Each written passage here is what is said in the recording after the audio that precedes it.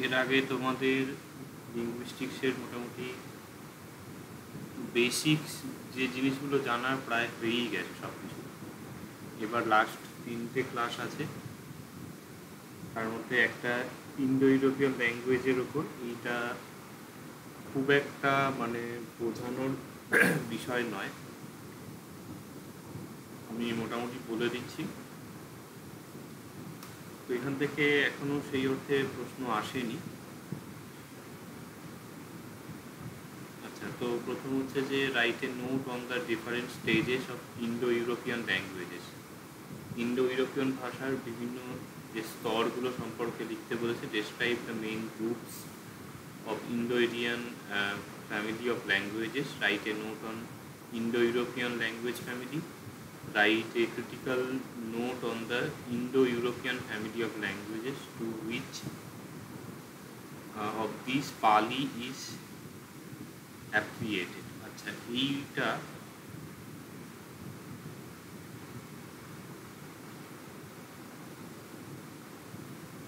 ঠিক আছে, এটা মোটামুটি একই প্রশ্ন আছে চারটে।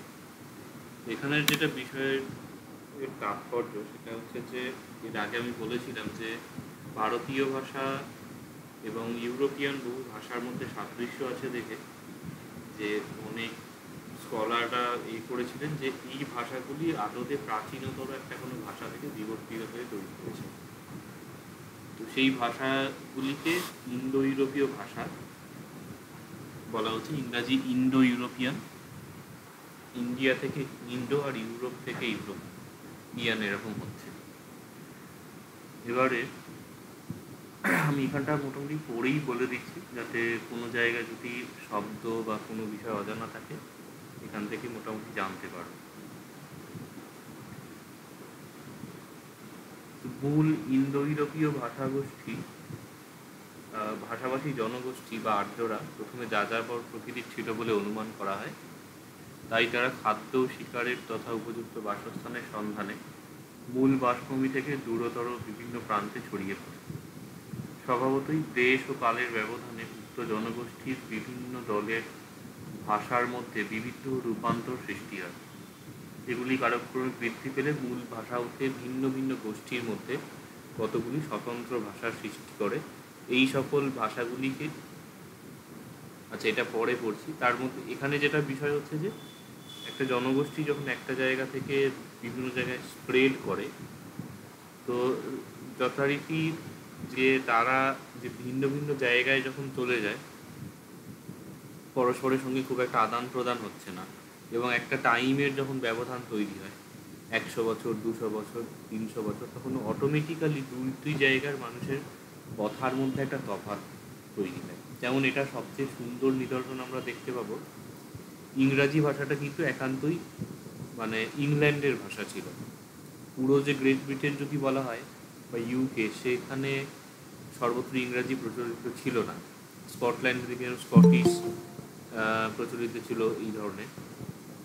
কিন্তু ইংরেজদের যে সাম্রাজ্য বিস্তারের পরে সেই ভাষাটি চারিদিকে ছড়িয়ে পড়ল, এবং ছড়িয়ে পড়ার পরে আস্তে আস্তে ইংরাজির যে বিভিন্ন তৈরি হলো সেখানে। যেমন আমেরিকার ইংরাজি একটু আলাদা, তো অস্ট্রেলিয়ার হয়তো কিছুটা আলাদা। আবার ভারতবর্ষে যারা ইংরেজ লেখক আছেন বা ইংরাজি যারা ভারতবর্ষে উচ্চারণ করে, তাদের একটা উচ্চারণের তারতম্য আছে, তারা স্পেসিফিক কিছু শব্দ ব্যবহার করে। এইগুলো আবার মান্যতা দেওয়া হচ্ছে যে এইগুলো ওয়ান কাইন্ড অফ ইংলিশ। এবার এটাই যদি এখন 500 বছরের মতন যদি চলে যায়, তখন দেখা যাবে যে অনেকটাই বদলে গেছে। না, আমেরিকান ইংলিশের প্রোনাউন্সিয়েশন আর ব্রিটিশ ইংলিশের প্রোনাউন্সিয়েশন অনেকটাই আলাদা। আর 200-300 বছরের মধ্যেই একখানা মানে ভালো রকম পরিবর্তন এসে যাবে। এইভাবে একটা ভাষার পরিবর্তন হয়। এবারে এখানে বলছে যে পূরক কণ্ঠ যে ধ্বনি, এই যে ভাষার যে পরিবর্তন হচ্ছে সেটাকে ডিভিশন করার জন্য বলছে যে এখানে মূল পূরক কণ্ঠ, এখানে একটি কথা অ্যাড করবে, সেটা হচ্ছে তালব্য।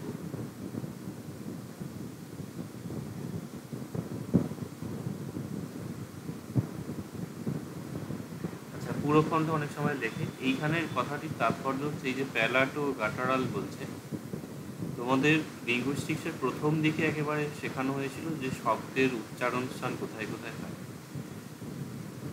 প্যালেট মানে হচ্ছে যেটা ওই,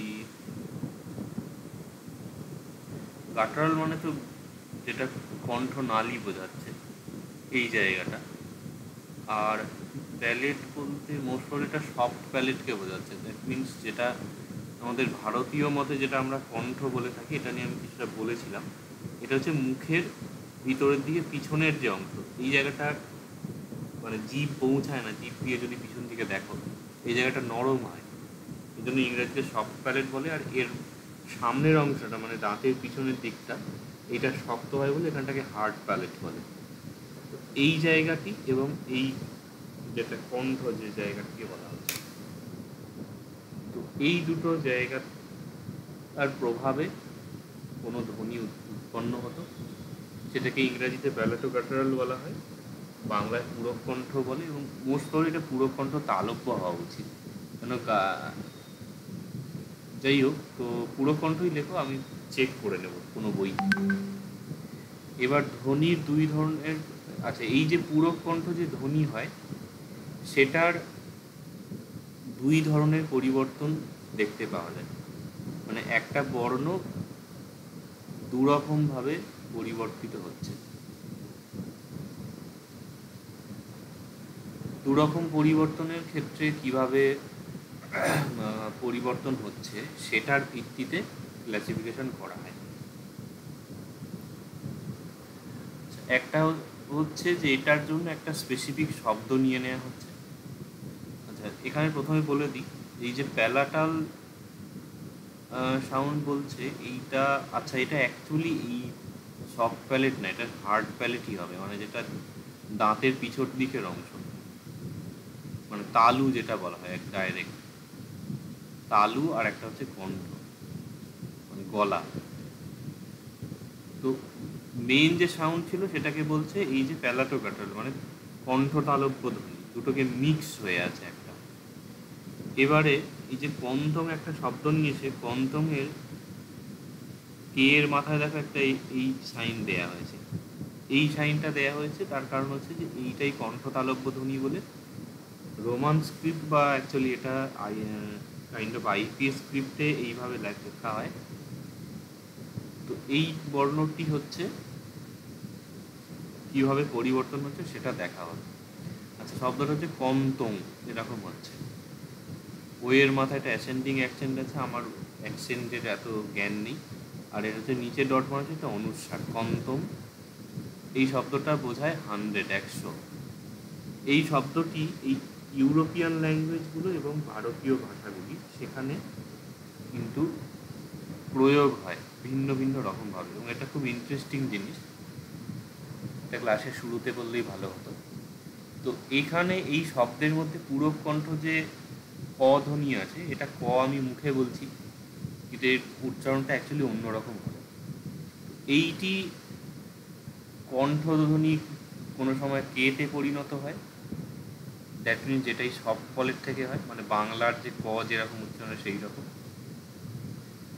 মানে কিছু কিছু ভাষাতেই কন্তং যে প্রাচীন শব্দ, সেইটিতে ওই যে পূরক কণ্ঠ কে যেটা ছিল সেটা নর্মাল কে, অর্থাৎ এটা কয়ে পরিণত হচ্ছে বাংলার মতো।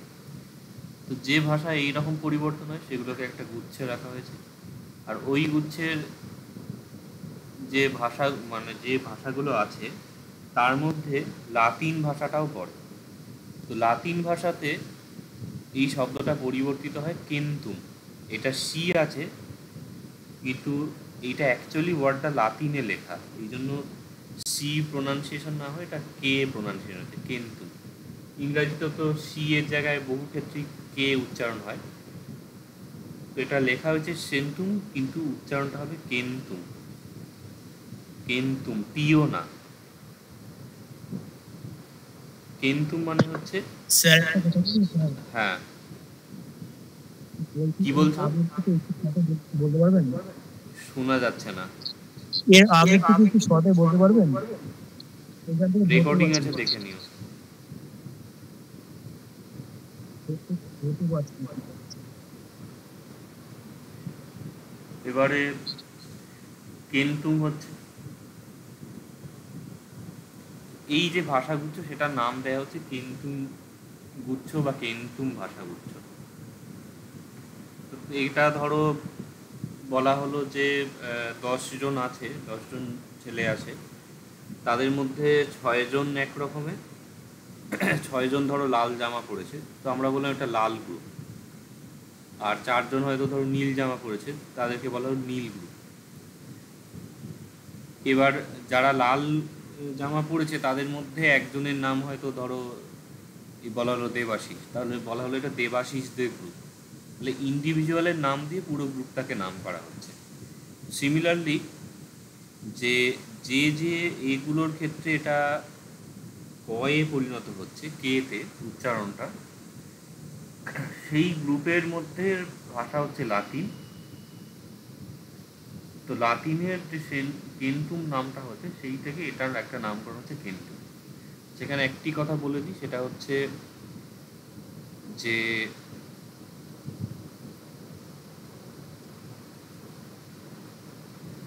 এই যে ইন্দো ইউরোপীয় ভাষাগোষ্ঠী, সেটা অ্যাকচুয়ালি 10টা শাখায় ভাগ করা হয়।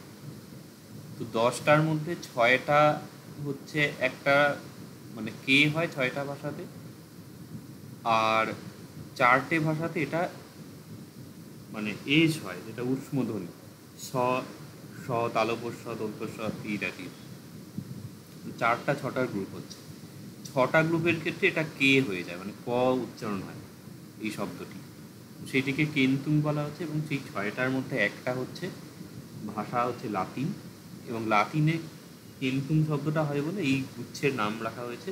মানে এই 6টি যে ভাষা, তাদের নাম রাখা হয়েছে কেন্তুম ভাষাগুচ্ছ।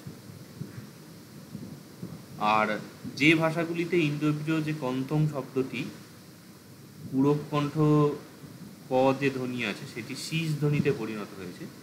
শীষ ধ্বনি মানে হচ্ছে স এর ভ্যারিয়েশন, তালব্য স, মূর্ধন্য স, দন্ত স, স, স, স, মূর্ধন্য স যে হয়। এবং আরও কিছু কিছু আছে, যেমন পূর্ববঙ্গের দিকে দেখবে একটা স, স বলে না, স, চলের বারে সল এরকম বলে, তারপর জলের জায়গায় জল বলে। তো এই স, জ, এইগুলো হচ্ছে এক ধরনের শীষ ধ্বনি, শীষ দেওয়ার মতন আওয়াজ হচ্ছে। এবং আরও পৃথিবীতে বহু ভাষা আছে সেগুলোতে এই ধরনের ভ্যারিয়েশন হয়। যেমন জেডের যে জ হচ্ছে, সেটা একটা ইয়ে, ফার্সিতে অনেক কিছু আছে, ফ মানে এফের যে প্রোনাউন্সিয়েশন হয় সেইগুলো ইয়ে, তো ওই জাতীয় শীষ ধ্বনি বলা হয়। তো যে ভাষাগুলোতে শীষ ধ্বনিতে পরিবর্তন হচ্ছে, সেগুলোকে একটা গুচ্ছে রাখা হয়েছে। এবং ওই গুচ্ছের মধ্যে আবেস্তীয় ভাষা, আবেস্তা হচ্ছে, আবেস্তা কি কেউ বলতে পারবে? বা জেন্দ আবেস্তা,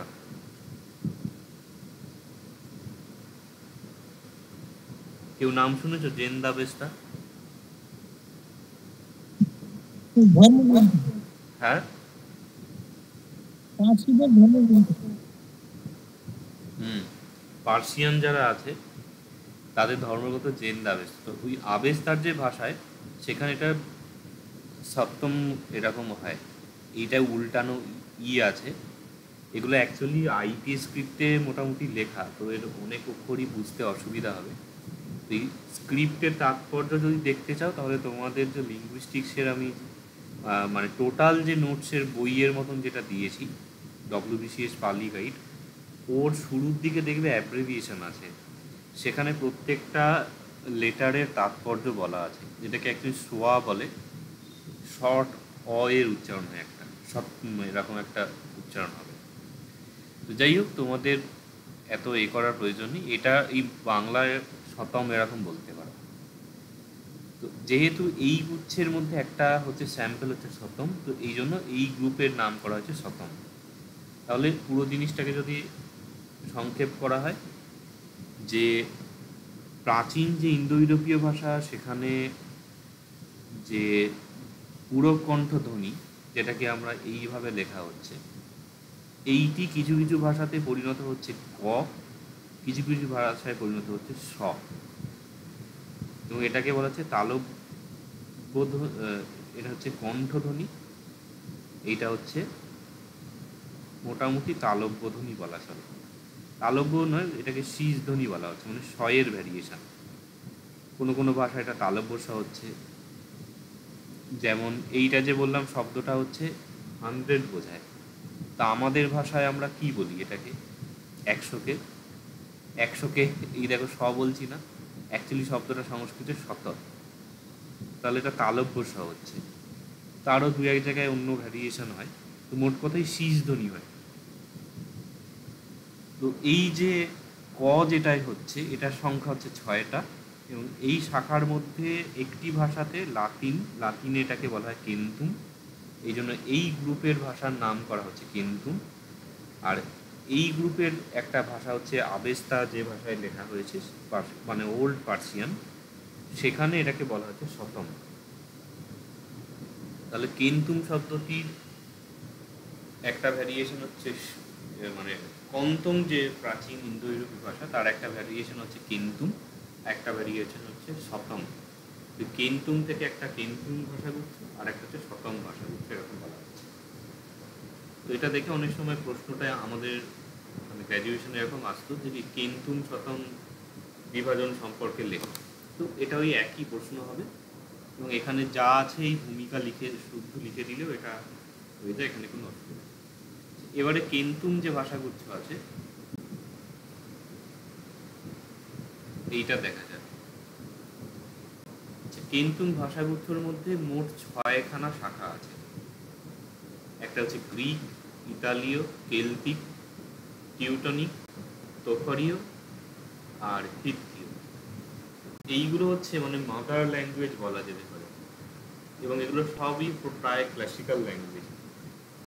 গ্রিক তো বুঝতে পারছো, গ্রিসের যে ল্যাঙ্গুয়েজ, ইটালির ল্যাঙ্গুয়েজ, এবং ইতালীয় ল্যাঙ্গুয়েজ বলতে কিন্তু শুধুই ইতালির বোঝাচ্ছে না, এরপরে যখন এগুলো এক্সপ্লেন করা হবে দেখবে, মানে এই শাখার মধ্যে কিন্তু ফ্রেঞ্চ,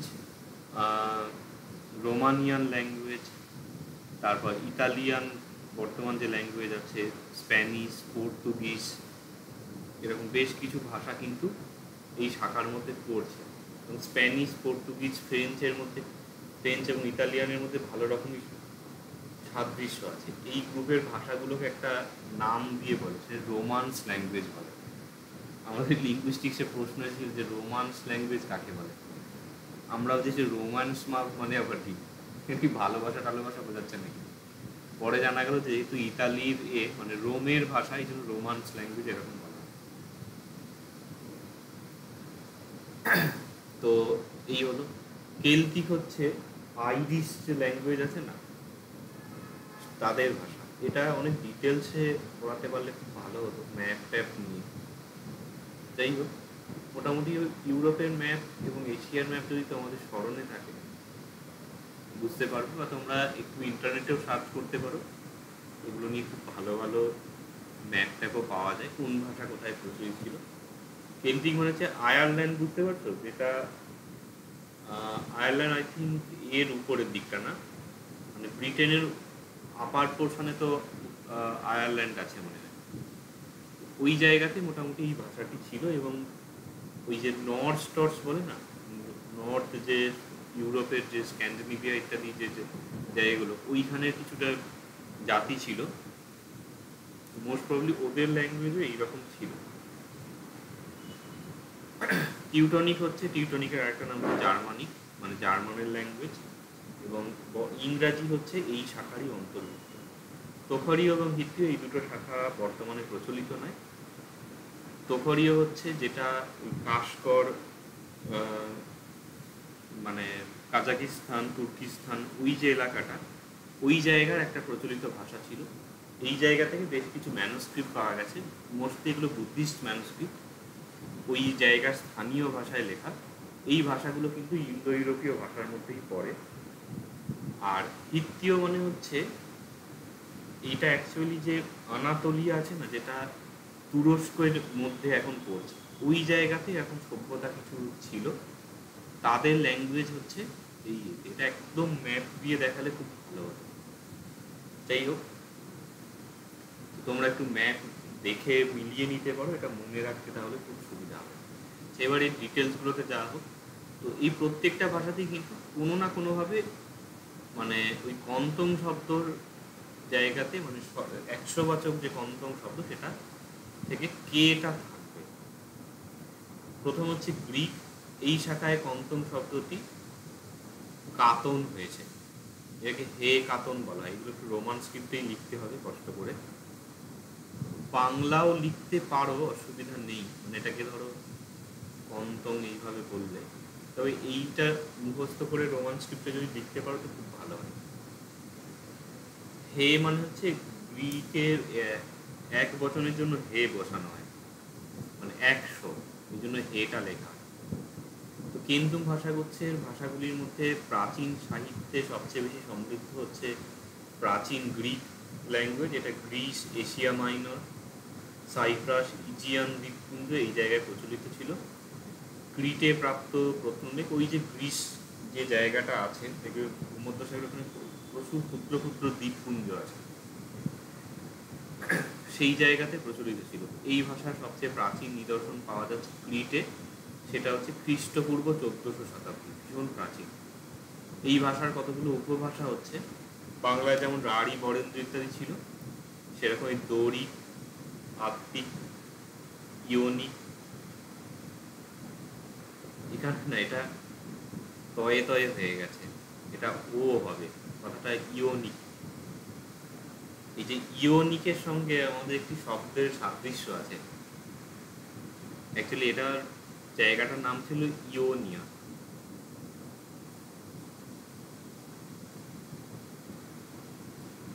সংস্কৃতে যদি এই কথাটা লেখা হয়, এর কি উচ্চারণ হবে?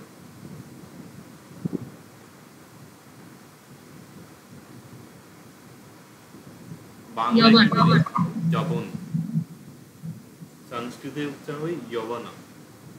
যবনা হচ্ছে অ্যাকচুয়ালি ইয়োনিয়া যে প্রদেশ আছে সেখানের এ থেকে এই শব্দটি বলা হচ্ছে। এবং মজার বিষয়, এই যে আমরা আবেস্তা দেখলাম, আবেস্তা তো ওল্ড পার্সিয়ান, আর ওদিকে যে ওই পারস্যর যে রাজারা ছিল না, জারেক্সাস, দরাইউস, জারেক্সাস দরাইউস তো গ্রিকে বোধহয় কিছু একটা বলতো ওদেরকে, তারপরে ওদিকে ইউরোপিয়ানরা আবার সেটাকে আরো বিকৃত করেছে উচ্চারণটা, মানে পরবর্তী গ্রিকরাই তো সব সভ্যতার ধারক ছিল ইউরোপ, তাদের থেকে পরে রোমানরা শিখেছে, তারপরে গিয়ে মানে কি বলবো, ব্রিটিশরা শিখেছে। ব্রিটিশের সভ্যতা অনেকই পরে।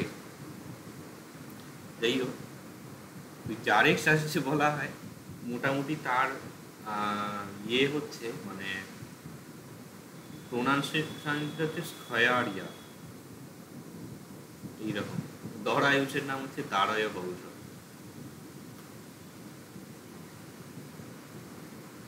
বেশ সংস্কৃত সংস্কৃত লাগছে না শব্দগুলো এইগুলোর। এইটা আমি একটু বোধহয় করলাম, এটার সংস্কৃত হবে স্কয়ারিয়া, এরকম স্কয়ারিয় সম্ভব। দারয় বংশের সংস্কৃত বলা হয় ধারয় তুলসী।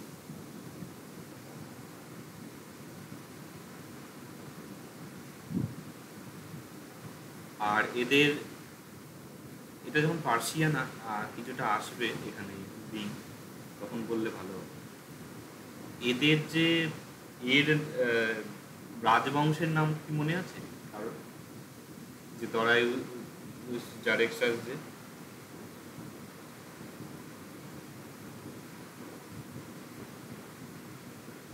একামেনিড বলে না, একামেনিড যে ডাইনেস্টি, ম্যাসিডোনিয়া না, পার্সিয়ান যারা ছিল, আচ্ছা, একামেনিড এরকম একটা হয়, ACH এরকম একটা ওদের ইংরেজিটা লেখে, যেটা অ্যাকচুয়ালি পার্সিয়ানে হচ্ছে হখামনিশ। এটা গ্রিকে গিয়ে ওরকম গ্রিকরা বোধহয় হ উচ্চারণ করতে পারে না, হটাকে লোপ করে বলে। তো ওই ওই জন্য অখামনি মেনিক এরকম একটা একামেনিক এই ধরনের প্রনাউন্সিয়েশন বলে। এটা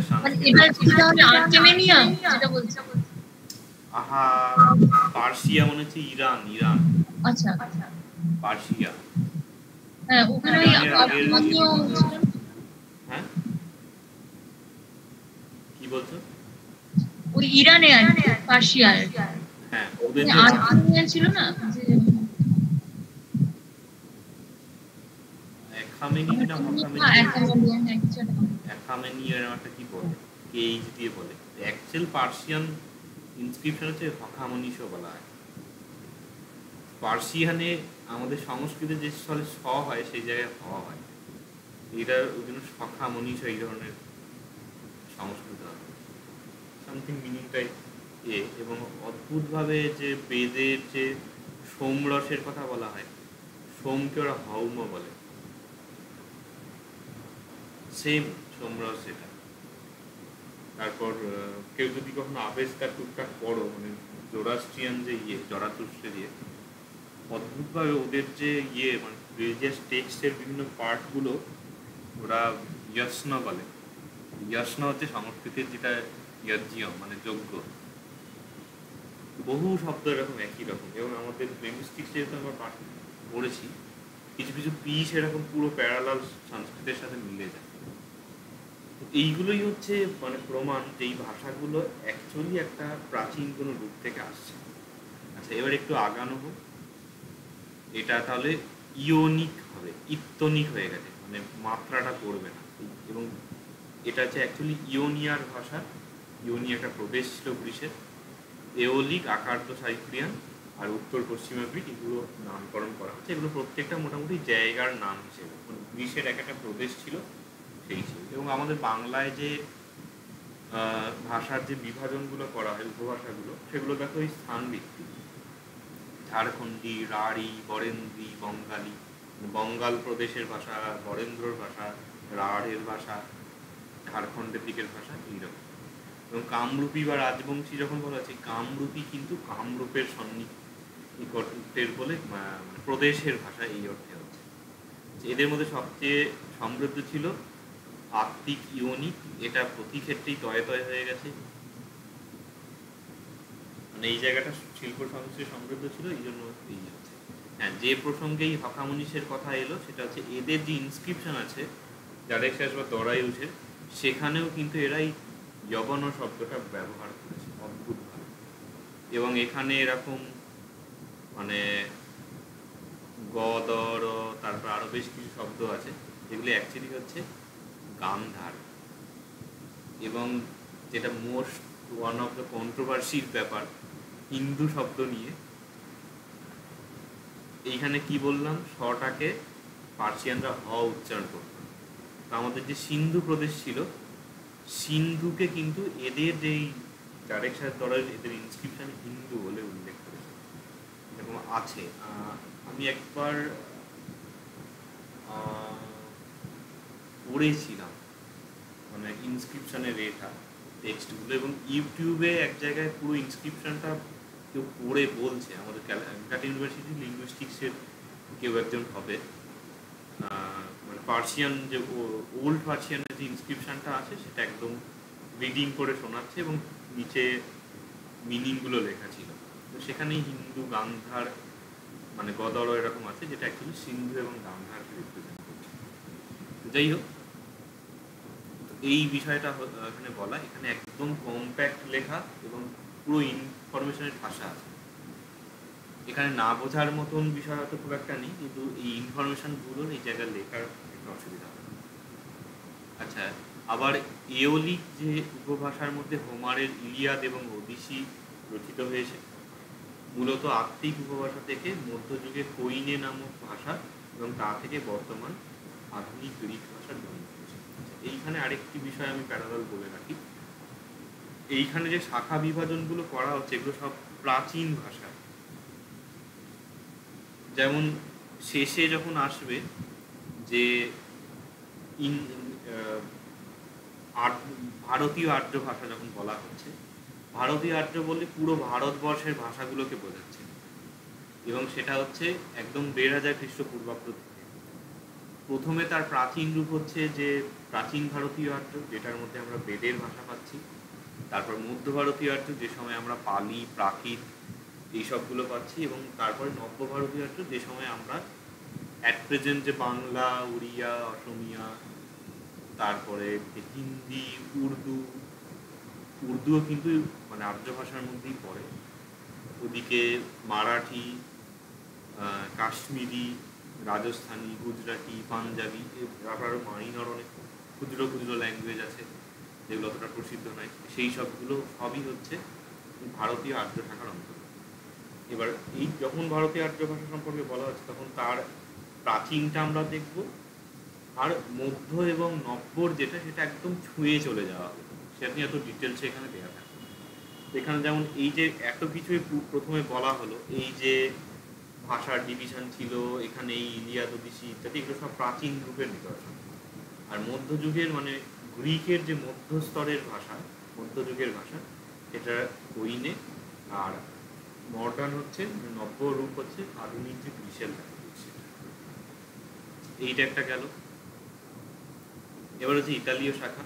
ইতালীয় শাখায় পঞ্চম শব্দটি হয়েছে কেন্তুম। এটা রোমান স্ক্রিপ্টে আছে, উচ্চারণগুলো লিখে রাখতে পারো, কিন্তু এই শাখার প্রাচীন নিদর্শন পাওয়া যায় খ্রিস্টপূর্ব ৭ম শতকে। আচ্ছা, এইখানে কি কি বিষয়গুলো বলা হচ্ছে একটুখানি নোট করে নিতে পারো। সেটা হচ্ছে এই যে পঞ্চম এর যে পরিবর্তন কি হচ্ছে, এটা একটা টপিক। একটা হচ্ছে প্রাচীন নিদর্শন, একটা বলা হচ্ছে যে এর বিভাজন, কি কি ডিভিশন আছে। যেমন গ্রিকের ক্ষেত্রে আমরা দেখলাম যে এটা ওটা সব এওলিক, আক্তি, ইওনিক ইত্যাদি বিভাজনগুলো আছে। আর হচ্ছে এই ভাষার যে ইতিহাস, ইতিহাস বা ক্রমবিবর্তন আমরা বলতে পারি, যে প্রাচীনে কি ছিল, মধ্যে কি ছিল, নবীনে কি হয়েছে, এইরকম। আচ্ছা, এর প্রধান 3টি উপভাষা ছিল লাতিন, ওস্কান এবং উম্ব্রিয়ান। এর মধ্যে লাতিন ছিল সবচেয়ে সমৃদ্ধ ভাষা। এটি মধ্যযুগে সমগ্র ইউরোপের সারস্বত সাধনার একটি মাধ্যম হয়ে ওঠে। বর্তমানেও এই ভাষার চর্চা আছে, যদিও খুব কম। আর লাতিন থেকে বর্তমানকালে, এবং মজার বিষয়, নিউটনের সব গ্রন্থগুলো লাতিনে লেখা। ওই যে প্রিন্সিপিয়া বলে যেখানে ওনার এগুলো থাকে, সেগুলো সব লাতিনে লেখা।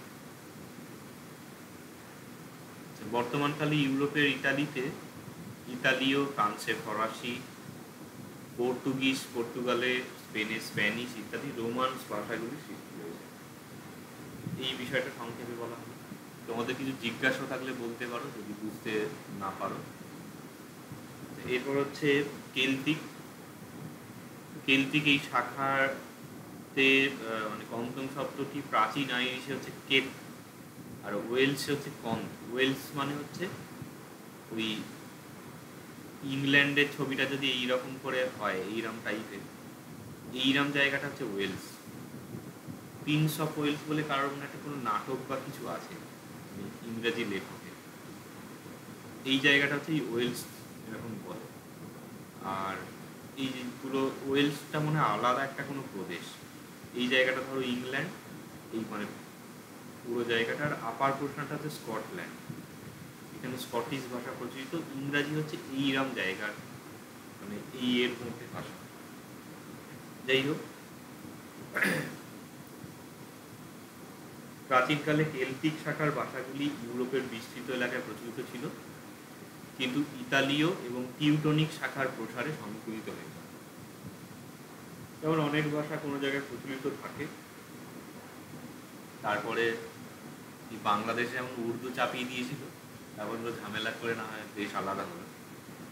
সেই রকমভাবে যেরকম ভাষার একটা ভাষা অন্য ভাষাকে গ্রাস করে অনেক সময়, বা ধরো কোনো জনজাতি এসেছে ভারতেই এক প্রকার। দেখো না, ব্রিটিশরা এসে যখন শাসন শুরু করলো তখন ইংরাজির এখন একটা রমরমা।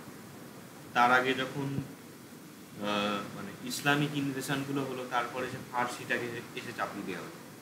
মুঘল বা তার আগে যে সুলতানি আমলে কিন্তু রাজভাষা ছিল ফার্সি। ভারতের লোক কিন্তু ফার্সি জানতো না, বাইরে থেকে ভাষা এনে চাপিয়ে দেওয়া হলো। সিমিলার ইংরেজরা এসেও কিন্তু দেশজ ভাষার জায়গায় সমস্ত সরকারি কাজ এ করে দিল, এবং অদ্যাবধি কোর্টে সমস্ত হিয়ারিং থেকে সব ইংরাজিতে হয়।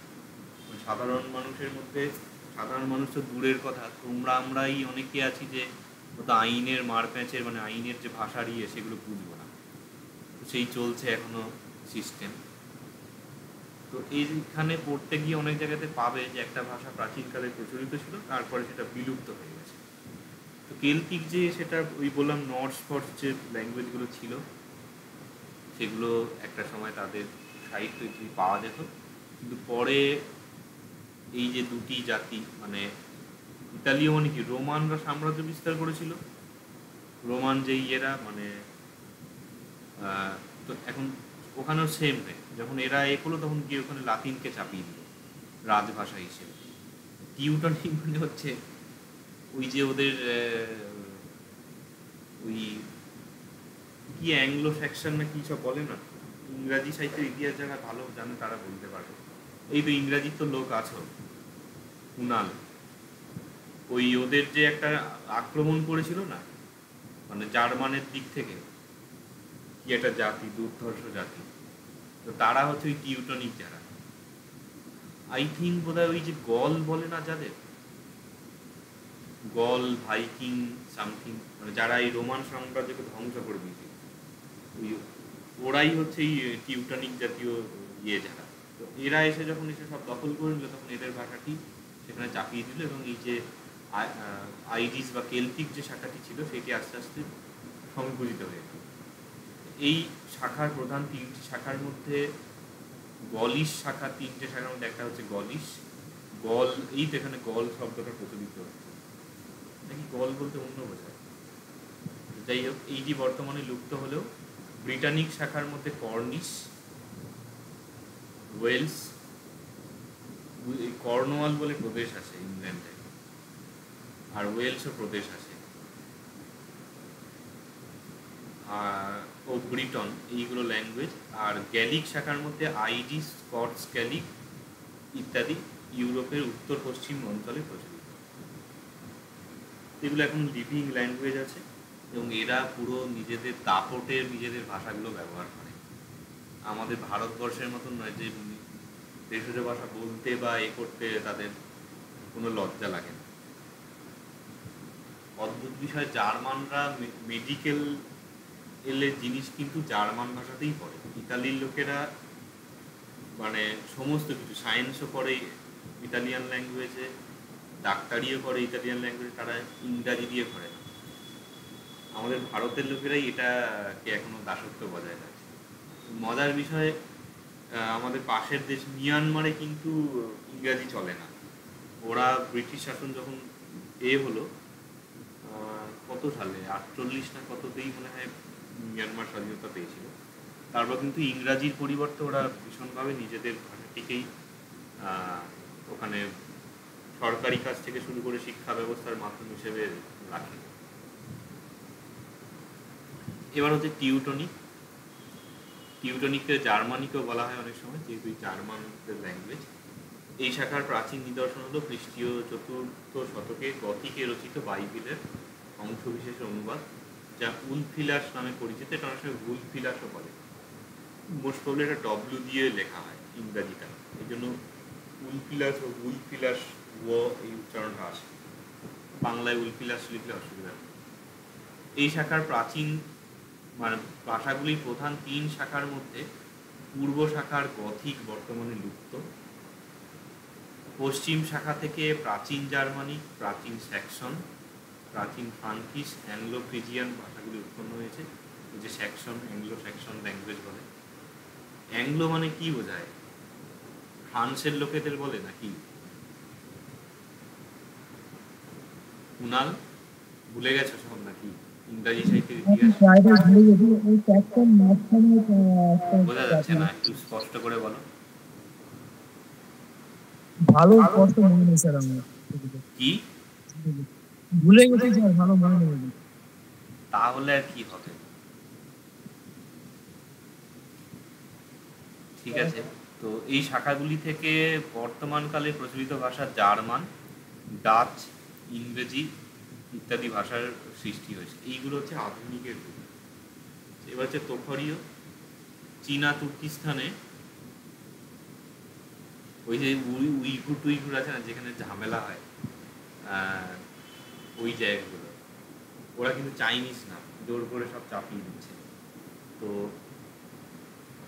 ব্রাহ্মী খরষ্ঠী লিপিতে রচিত বৌদ্ধ ধর্ম ও ভেষজ বিদ্যা সংক্রান্ত বেশ কিছু নিদর্শন সাম্প্রতিককালে আবিষ্কৃত হয়েছে। এই ভাষাকে কিন্তুং শাখার মধ্যে অন্তর্ভুক্ত করা যায়, কারণ এই শাখায় কন্তং শব্দটি হয়েছে কন। এই শাখার প্রধান দুটি উপভাষা, একটি হচ্ছে পূর্বে কার স্বরে, এইটা না কাশগড়ে হবে, মোশগড়, কাশগড় খোটানো আছে না, আর পশ্চিমে হচ্ছে কুচা প্রদেশে বিদ্যমান। তবে বর্তমানে এই শাখার কোনো ভাষা প্রচলিত নেই। তার কারণ হচ্ছে টার্কিশরা গিয়ে টার্কিশ মঙ্গোলিয়ান ওই জায়গাটা ওই সব মানে ইনভেশন হতে হতে ওই ভাষাগুলি বিলুপ্ত হয়ে গেছে, এবং এগুলো পার্টিকুলার বুদ্ধিস্টদের ব্যবহারের ভাষা ছিল। তখন হচ্ছে এখন বুদ্ধিজম গায়েব হয়ে গেছে। আফগানিস্তানেও একটা সময় মানে বুদ্ধিস্ট ছিল, মানে কনিষ্কের রাজধানী যে পেশোয়ার, মানে পুরুষপুর প্রাচীন, এটা তো মানে একদম তক্ষশিলা ইত্যাদি ওখানেই একটা কেন্দ্র ছিল। তবে বর্তমানে এই শাখার কোনো ভাষা প্রচলিত নেই। এই শাখার নিদর্শন সপ্তম থেকে দশম শতকের বলে অনুমান করা হয়। এবার হচ্ছে হিত্তীয়। তোখরীয় ভাষাগুচ্ছের মতোই বর্তমানে অপ্রচলিত একটি শাখা আবিষ্কৃত হয়েছে এশিয়া মাইনরের কাছে গোগজকই থেকে প্রাপ্ত বানমুখ লিপিতে। বানমুখ মানে যেটা কিউনিফর্ম বলা হয়, এইরাম এইরাম করে লেখে, এটা এরাম এরাম করে এরকম। তার এই প্রত্নলোকের উপর ভিত্তি করে গোগজকইয়ের নাম তোমরা হিস্ট্রিতে পড়েছো কিছুটা। এই নিদর্শন আনুমানিক খ্রিস্টপূর্ব 1100 থেকে ত্রয়োদশ শতকের মধ্যে আনাতোলিয়ার হিত্তাইট রাজাদের উদ্দেশ্যে রচিত। এবং এখানে মজার বিষয় হচ্ছে এইখানে যে জিনিসগুলো পাওয়া যায়, এইখানে যে রাজারা চারজন দেবতার নামে শপথ নিয়ে কিছু একটা বলেছেন, এবং সেই নামগুলি এক্স্যাক্ট মানে এদের এই ল্যাঙ্গুয়েজে কী লেখাটা মনে করছে না, সেগুলো সংস্কৃতে হচ্ছে নাসত্ব, মানে যে অশ্বিনী কুমারের নাম শুনেছো কেউ, দেবতাদের চিকিৎসা, ইন্দ্র, মিত্র, মিত্র হচ্ছে সূর্যের নাম, আর একটা কি একটা বরুণ বা সামথিং, চারজন দেবতা, এরা সব বৈদিক দেবতা। এইখান থেকে যে সামহাউ একটা যে মানে এজিয়ান ইনভেশনের যে একটা তত্ত্ব বলা হয়, আর্যরা ওই দিক থেকে এদিকে এসেছে, তো তার একটা এই যে না, এই যে ব্যাপারটি একটা একদম যে ওই ইউরোপের যে স্টেপ বলা হয়, রাশিয়ার যে স্টেপ অঞ্চল যে আছে ওইখান থেকে সব উঠে এসেছে, সেটা অতটাও ইয়ে নয়। এগুলো নিয়ে গবেষণার প্রয়োজন, এবং দুর্ভাগ্যবশত মানে মান্য গবেষণা যদি বলা হয়, হার্ভার্ড, কেমব্রিজ ইত্যাদি, তারা কোনো কালেই এই বিরুদ্ধ তত্ত্বগুলোকে মানে প্রসার করতে দেয় না। মোটামুটি বিশ্ববিদ্যালয় ইত্যাদি পড়তে গিয়ে যা বুঝছি যে পুরোপুরি একখানা চলে, মানে আমাদের এদের তোষণ করে যারা রাখবে তাদেরকেই উচ্চ পদে রাখা হবে। দেখা যাক ভারতবর্ষ যদি আবার নিজের মতন করে উঠতে পারে। এবং কিছু কেমব্রিজের, আমি যদিও ব্যাকরণ নিয়ে গবেষণা করছি, এইসব এত ইতিহাস আমার জ্ঞান নেই। কেমব্রিজের থিসিস আমি পড়েছি দুটি, রিসেন্ট 14-15 সালেরই। খুব যে এমন কিছু আহামরি লেখা তা কিন্তু না। কেমব্রিজের একটা ছাপ পড়ে গেল মানেই যে সেটা খুব ভালো লেখা এমন কিন্তু না, ভারতবর্ষেও অনেক ভালো লেখা হয়েছে। এবারে হচ্ছে এই শাখার সরলতা ও অবলুপ্তি দেখে অনুমান করা হয় যে এটি ইন্দো ইউরোপীয় ভাষার সমকালীন হতে পারে, মানে ভীষণই প্রাচীন ইয়ে। এবার এখানে মজা, এটা অনেকে মানে ইন্দো ইউরোপীয় জায়গাতে মানে এটাকে একটা স্বতন্ত্র ভাষা হিসেবে বলে। এরা এখানে না সত্ত্বেও ইন্দোর উপাসনা করছে, মানে ইন্দো এখন যেটা প্যারালাল চলছে, তো এরিয়ান যে মানে আর্য দেবতাদের যে ইয়ে, সেটা তো প্যারালাল হয়ে যাচ্ছে। এইদের গ্রিক টিক ভাষারও প্রাচীন যুগ যেটা আছে তার সমকালীন সময়েতে এই নিদর্শনগুলো পাওয়া যাচ্ছে, এবং সেটা ইনস্ক্রিপশন কোন লিখিত সাহিত্যের ক্ষেত্রে বলা যেতে পারে যে সেটাকে চেঞ্জ করা যেতে পারে, কিন্তু পাথর খোদাই যেটা একবার হয়ে গেছে সেটি মানে সে তখন যে লেখা ছিল সেইটি এখনো পর্যন্ত আছে। আচ্ছা, এখানে তাহলে 6টি শ্রেণী হলো: গ্রিক, ইতালীয়, ওদিকে হচ্ছে টিউটনিক, কেল্টিক, আর হচ্ছে তোখারীয়, হিব্রু। হচ্ছে শতম ভাষাগুচ্ছ। এই ভাষাগুচ্ছের মধ্যে ইন্দো ইরানীয়, বাল্তোস্লাভিক, আলবানীয়, আর্মেনীয় এই 4টি শাখা আছে। এগুলো মোটামুটি জায়গাগুলো বলে দেওয়া। এটা খুব সুন্দর ম্যাপ নিয়ে পড়লে ভালো হতো, এটা আমার খেয়াল ছিল না, নাহলে আমি একটা ম্যাপ ডাউনলোড করে নিই তোমাদের পড়তাম।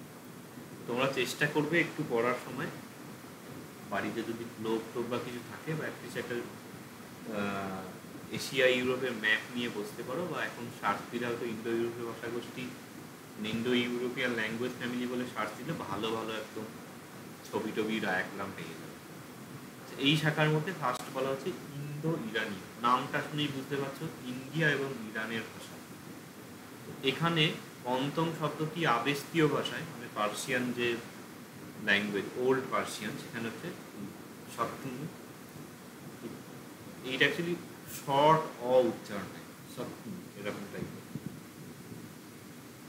আর সংস্কৃতে এটা হচ্ছে শতম। তোমাদের বোধহয় রোমান স্ক্রিপ্ট শেখানো হয়নি না? এই যে এসের মাথায় দেখা যায় এটা তালব্য হচ্ছে স ত ম, এটা হচ্ছে স ত ম। মিল বুঝতে পারছো? এটা পার্সিয়ান মানে জেন্দাবেস্তার ভাষায় দন্তস্বয়ে হচ্ছে, আর আমাদের সংস্কৃত হচ্ছে শতম, মানে দন্তস্ব তালব্যস্বর হারান। এবং পার্সিয়ানরা অগ্নির উপাসনা করে, যেটা বৈদিক যে মূল এর বিষয় ছিল, যে যজ্ঞ হতো এইরকম। তো অগ্নিহোত্রী যারা হয় তারাও এখনো বহু জায়গায় আছে, যে আগুন সবসময় জেলে রাখা,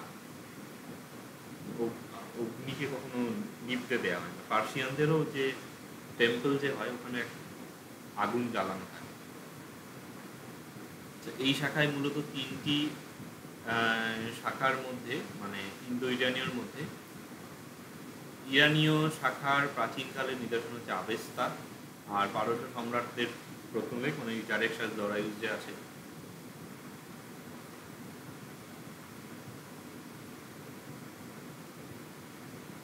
এদের এগুলো আমার কিছুটা কিছু স্মরণে আসছে, যেটা বললাম ইউটিউবে পড়েছিলাম সামথিং হে বা মা হয়, এই ধরনের একটা হে বা মা হা এইরকম করে বলছে ইনস্ক্রিপশানে। এবং পুরো অশোকের ইনস্ক্রিপশন পড়তে গেলেও দেখবে আমাদের সব পাঠ্য ছিল, দেবানাম প্রিয় প্রিয়দর্শী হে বা মা হ, এ বা মা হ এইরকম করে বলা। পালিতেও তোমরা পড়েছো না, এই যে আহ বলে মানে বলা হয়েছে বা বলছে, এইরকম বোঝায়।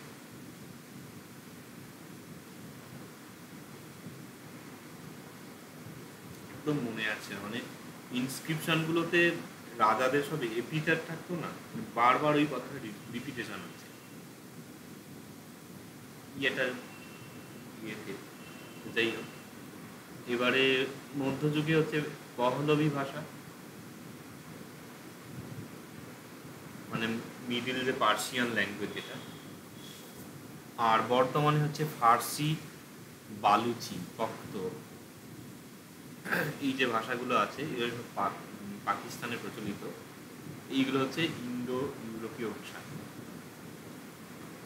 ফার্সি তো বুঝতে পারছো, ওখানে একটা ফরাসি ছিল, সেটা হচ্ছে যেটা ফ্রেঞ্চ, আর ফার্সি মানে হচ্ছে পার্সিয়ান, যেটা এই যে আমির খসরু, তারপর এই যে সব আছে, তারপর ওই একটা কি গান এবারে ফেমাস হলো না, কি সকলা গনা ঘুম রাহিয়ে নাকি এরকম একটা গান। তো তারপর ওই কি ছাপ তিলাপে সব ছড়িয়ে দেন, এটা মনে হয় উর্দুতে লেখা, ওইটা হচ্ছে ফার্সিতে লেখা।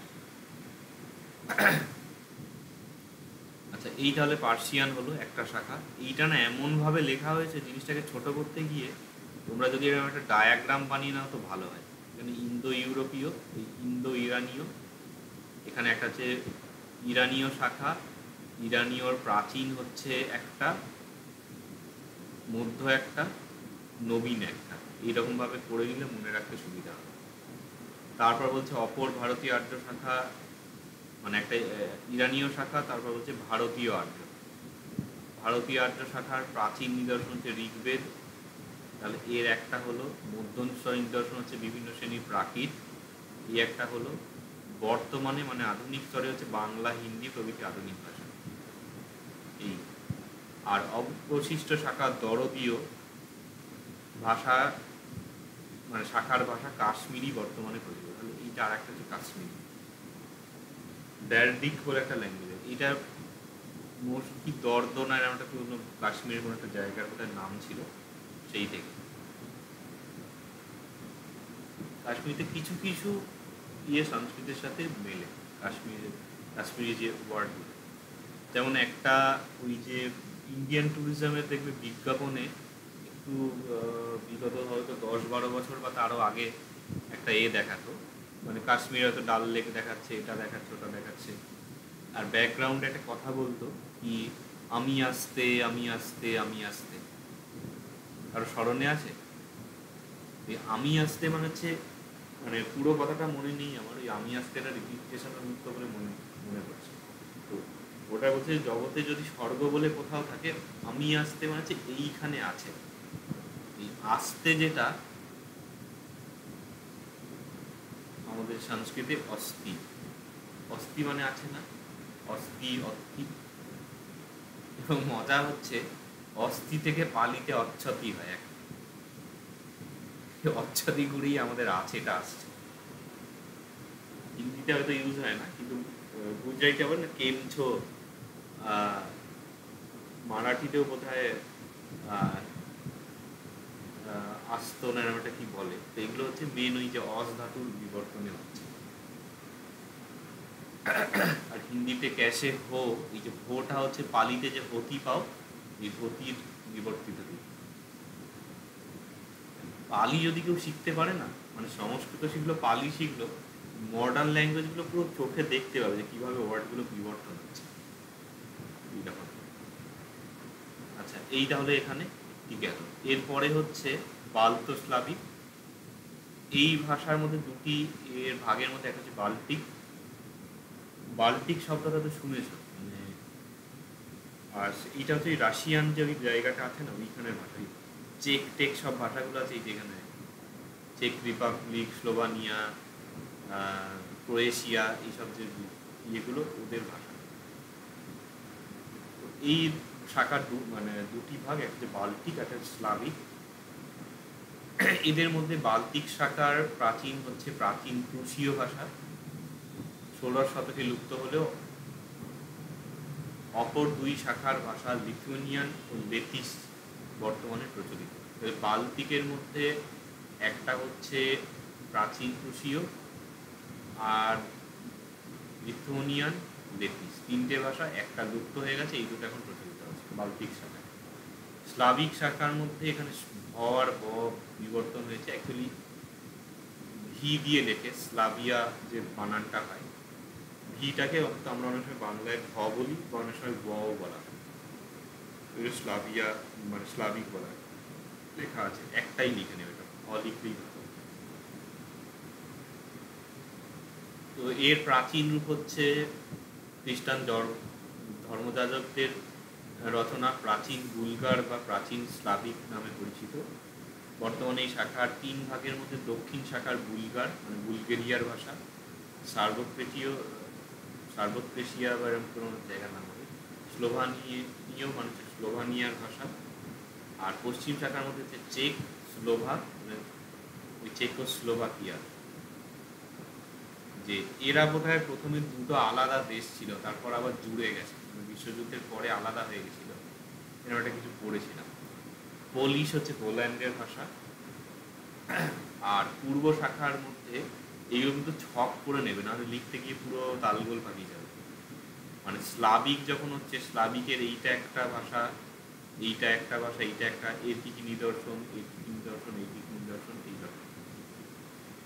আচ্ছা, রুশ এবং ইউক্রেনীয় ভাষা, এটা হচ্ছে পূর্ব শাখার নিদর্শন, মানে স্লাভিক যে ডিভিশন আছে তার মধ্যে।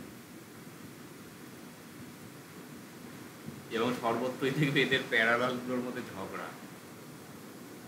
ভারতে তো বলা যেতে পারে মানে ইন্দো ইরানীয় শাখার মধ্যে ইরানিয়ান যে পার্সিয়ান, আর ওদিকে বালুচ ফালুচ যে ভাষাগুলো, আর এই ভারত পাকিস্তান, ওদিকে ইরান, তিনটের মধ্যে পাকিস্তানের সঙ্গে ওদেরও ঝামেলা, এদিকেও ঝামেলা।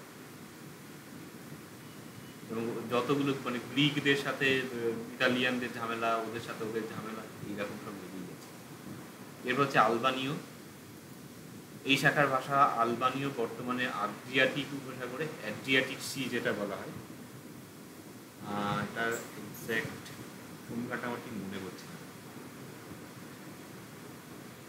গ্রিসের কাছাকাছি জায়গাটা, ম্যাপ দেখলে বোধ হয় ভালো হয়। যাই হোক, উপসাগরের পূর্ব উপকূলে প্রচলিত, চতুর্দশ শতকেই এই ভাষার প্রাচীন নিদর্শন পাওয়া যায়। বর্তমানে এই শাখার প্রধান দুটি রূপ, তথা উত্তরাঞ্চলে গ্রেগ আর দক্ষিণাঞ্চলে টোস্ক প্রচলিত আছে। এরপর হচ্ছে আর্মেনীয় শাখা। এই শাখা প্রাচীনকালে দক্ষিণ ককেশাস ও পশ্চিম তুরস্কে প্রচলিত ছিল। আর্মেনিয়া তো বুঝতে পারছো, আর্মেনিয়া যে ওই যে তুরস্ক, আজারবাইজান, আর্মেনিয়া, এই এরকম একটা জায়গা, এদের সাথে আবার প্যারালাল সব ঝামেলা। অ্যাকচুয়ালি আর্মেনিয়া হচ্ছে ওই জায়গার মোস্ট প্রবলি ইন্ডিভিজুয়াল খ্রিস্টান কান্ট্রি, আর বাকি সব ইসলামিক কান্ট্রি, এই জন্য একটা ঝামেলা ফামেলা হয়ে যায়। যাই হোক, আর্মেনিয়ান যে ল্যাঙ্গুয়েজের ব্যাপারটা হচ্ছে যে এখানে রোমানিয়া বলে একটা ছিল। যাই হোক, এদের ভাষার একটা হচ্ছে, এদের ভাষার ওই কিছু কিছু জায়গায় রোমানিয়ান ল্যাঙ্গুয়েজ সম্ভবত পড়েছিলাম, যে সংস্কৃতের সঙ্গে কিছু কিছু মিল আছে। আর আর্মেনিয়ার একটা জিনিস তোমরা হয়তো পড়েছো, কলকাতায় আর্মেনীয় গির্জা আছে না, ওই এর ওখানটায় না, মানে হাওড়া ব্রিজটা নেমে তারপর একটু আগিয়ে গিয়ে যে সোজা যেটা তোমার যে বিবাদী বাগের দিকে গিয়ে উঠছে যে রাস্তাটা, ওইখানটায় আর্মেনিয়ান গির্জা আছে না, ওই জায়গাটায়। এ জানো না? কোথায় মনে পড়ছে না, ওইখানটাতেই মনে হয়। আর মানে আর্মেনিয়ান চার্চ, সহজ পাঠেও দেখবে আর্মেনি গির্জের ঘন্টায় 12টা বাজলো নাকি এরকম একটা লাইন ছিল, তো ওই যে ওখানে দিয়ে এবারে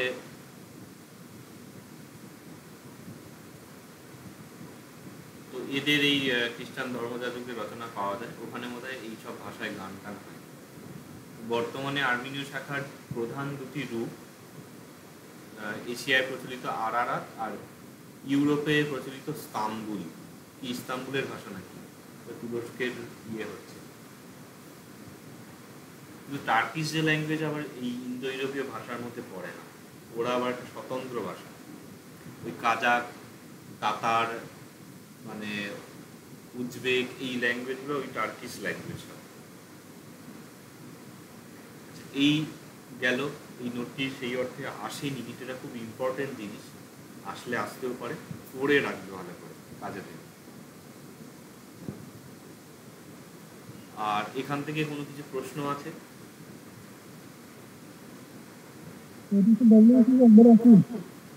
শুনতে পাচ্ছি না, আবার বলো।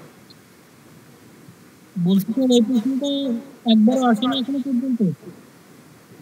তাই তো দেখছি, বিবেশিয়ে একবার দেখতে পারো। আচ্ছা ঠিক আছে, তাহলে এইটা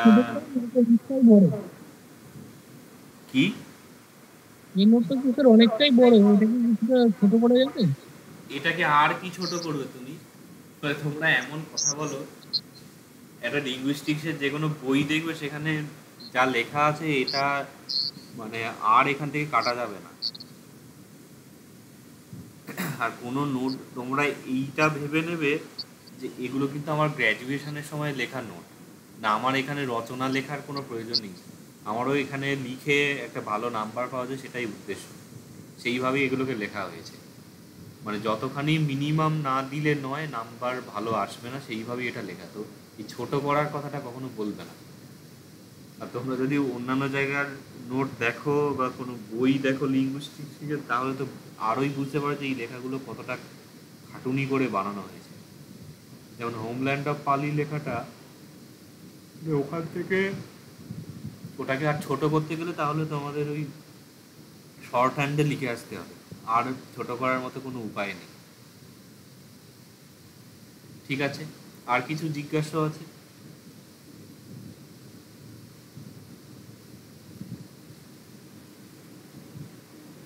ঠিক আছে তাহলে।